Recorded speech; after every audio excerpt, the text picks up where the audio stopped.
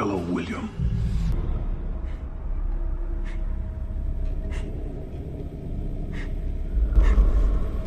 I want to play a game.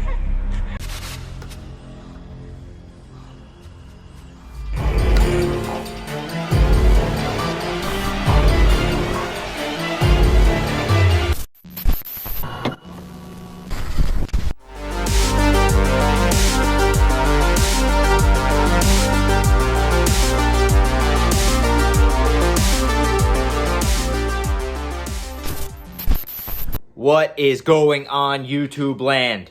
In case you haven't figured it out by now, Vicky and I are going to see Saw X.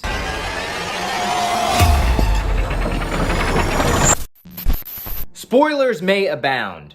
I don't know how you can spoil a movie. We already know Amanda and Jigsaw die in part 3, and this one takes place between part 1 and 2. I don't know how we could spoil it, but there might be spoilers. So if you haven't seen the movie yet, don't watch it until you see it. Funny enough, our movie theater, our local movie theater, had a rat infestation and was closed for 3 days. So here's hoping Vicky and I don't have a Ratatouille and 4DX experience. I swear to God. You don't want rats? No. I'm getting too old for this shit. We'll see you guys after for the review.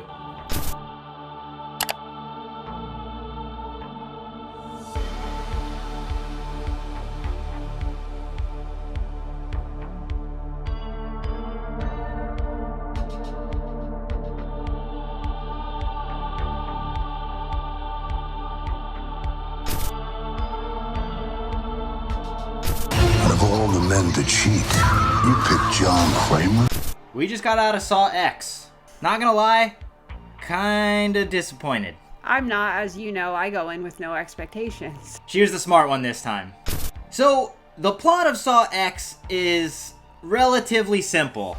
It takes place between Saw 1 and Saw 2. John Kramer, as we know, Jigsaw, has been diagnosed with cancer. One of his support group people sees him in the street and tells him about a new medical procedure that he can have done that isn't approved by the FDA or anything like that. And it's like almost like a guarantee that he'd be cured. So John Kramer, willing to spend any amount of money, flies down to Mexico City, gets this procedure, and it all turns out to be a scam. Of course, him being Jigsaw, he finds all the people involved and puts them in traps. And therefore, the rest of the people that they have realistically defrauded in the process. So with this one, what was exciting about it to me anyway was them bringing back Tobin Bell and Shawnee Smith. It's kind of playing the same game as all these other movie franchises have been doing lately. Halloween with Jamie Lee Curtis, Scream bringing back all the legacy characters in these new sequels, or even the Netflix Texas Chainsaw Massacre bringing back the Sally Hardesty character. Enough is enough, kinda, I think. Yeah. No offense to the actors, like I love Shawnee Smith, I love Tobin Bell, but they look old in this. Like Shawnee Smith is supposed to be her character, Amanda Young, from in between part 1 and 2, but she just looks too old. She's obviously aged almost 15 years since those movies were filmed, so. Yeah, and I'm willing to bet they did a lot of de-aging effects on her too, which Maybe, like in smoothed her. turn didn't help.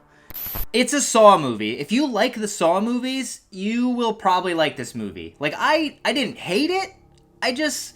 Something about it felt like it was missing something. The traps are traps. And in my opinion, the traps in this one almost are like too gruesome. It's almost like you have to self-mutilate to a really gnarly extent in this one. Whereas like in the first 2 movies, it's like, yes, you hurt yourself or somebody else, but you can like live and survive. In this one, he's literally having these people like do brain surgery on themselves. Come on, man.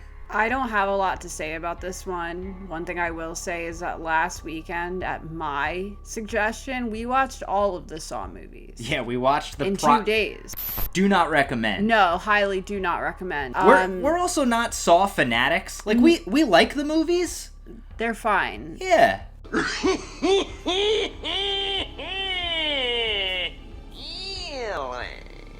Well, I mean, we even have like Jigsaw tattoos that we That's got on our honeymoon. marriage tattoos. We just think the concept's kind of interesting. And it was a tradition for me. On Halloween time, I would go with my childhood best friend to the movies to see it, and then by my birthday in February, the DVD would be coming out, and I'd buy it. Had a bit of a it hold holds a on me. place in our hearts. Scream and Saw are kind of our generation's new big franchises. Yeah. So it's like, you kind of hold it in a certain place in your heart to a degree. But yeah, this one, it's kind of on like the lower scale for me. But I was bored enough during the movie. I fell asleep twice. Oh my god. For the first time in this franchise, ironically enough, John Kramer, Tobin Bell, Jigsaw, is the focal point. You follow him the whole way through. We'd typically follow a victim. Yeah, they'd be set up to be in the position or of we'd being follow, set like, up and them figuring out why they're Yeah, there. or we'd follow around like the cops or like the law enforcement tracking him down. Having him be the focus, like, while it was cool and different and interesting, like that's one positive of this movie is it feels different from the other ones, which it is, but following him around, it's almost like you get too much of him. There was something missing. That's it. I think it was just too much of him. They really try to make you empathize with him in this. I mean, I always kind of have empathized with him. Like, the poor guy's got cancer. He's trying to give people this new reason to love their lives. They try too hard, if that makes sense. I just missed seeing people already in the traps and trying to figure out what got them there. Yeah. I missed that. And if it had even the hint of that, yeah, I might have only fallen asleep once.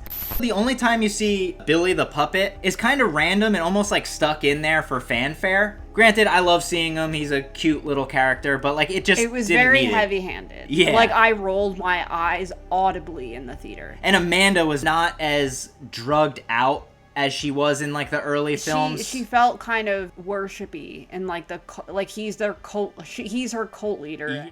It wasn't believable in that regard. Like, it gets long. It seemed drawn out. But like I said, if you like the Saw movies, you'll like this. You get all the Saw things you expect. The traps, Billy the puppet, granted only a little bit, Jigsaw, shitty people paying the price, the pig costume. You get the voice, you get the I want to play a game, and you do get the twist. While the movie's happening, you almost like forget that all the Saw movies have a twist at the end where everything kind of unfolds and you're like, oh, no shit, that's why all this is happening. By the time the twist happens in this one, you're almost like, oh yeah, and you're kind of uninterested. And like the twist isn't much of a twist in this one. You're just kind of like, yep, okay. Kind of saw that coming. It wasn't as impactful as the old ones used to be. Something about this one seemed off. It's pulling too hard for your nostalgic feeling to me. I just hope they cut the cord with this one. I had enough. Granted, last weekend may have done it for me. Yeah, we watched too many in a row. I'm still burned on it. Yeah. I think this franchise has kind of run its course, for me at least. I agree. If you're a fan of the Saw movies, you're gonna at least like this a little bit. I don't think you're gonna hate it. And again, we're not fans. Casual Saw viewers. Yeah. So what would you give this one? And give it a 2 out of 5. I'd give this one a 6.2 out of 10. That's high. Definitely on the lower scale for me. Nothing beats the original 3. Happy to see it. Happy it got made. But I think it's run its course and these characters are just getting stale. I'm over it. Sorry it was kind of lackluster and kind of not super positive. We thought we'd like it a lot more than we did. You thought you'd like it a lot more than you did. I was just hoping for, at the very least, that I'd be entertained. I mean, it's a decent enough time. If it's a Saw movie, but I fell asleep twice. it wasn't enough of a Saw movie for me.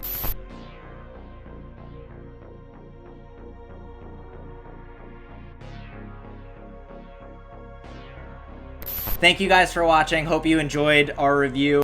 What did you think of Saw? Did you like it? Did you hate it? I'm sure most people are gonna like this. Everyone seems to like everything.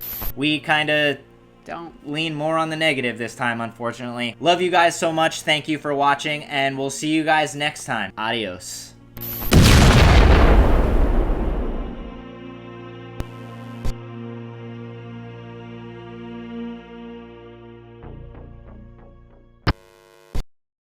Hello. I'm interrupting your current credits to tell you guys that there's also a mid-credit scene in this movie.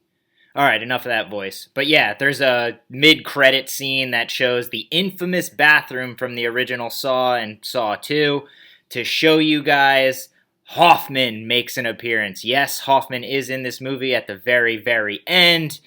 And enough with the fan service. It's just so wildly unnecessary.